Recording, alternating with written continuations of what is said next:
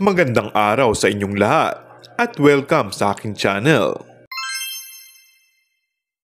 Asahang taon-taon nang gagawin ng magkakaibigang sina Kim Chiu, Bella Padilla at Angelica Panganiban ang kanilang bonding sa tuwing papasok ang Love Month o Valentine's.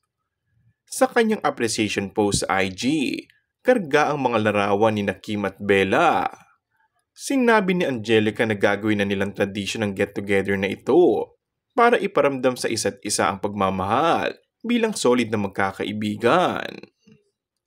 Sa kanyang appreciation IG post, pinuno ni Kim ng papuri at pasasalamat si Angelica sa effort itong magbanding sila muli. Natouch si Kim dahil hindi lang dining table ang binihisan ni Angelica para sa kanilang dinner, kundi ito rin ang nagluto ng kanilang pagkain.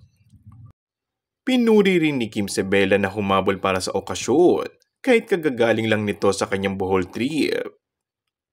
Tinawag na nga ni Kim na Valentine's ang bonding nilang ito. Happy naman ang dalawang aktres sa love life ngayon ng kanilang kaibigan na si Kim. Say pa ng source ay mas bet nga ng dalawa si Paolo kaysa sa ex ni Kim na never lang nakabanding o nakasama.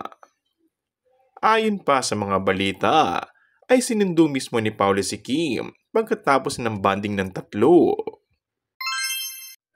And that's all for our today's video. Kung bago ka lang sa aking channel ay mag-subscribe at pindutin na rin ang notification bell. Maraming salamat!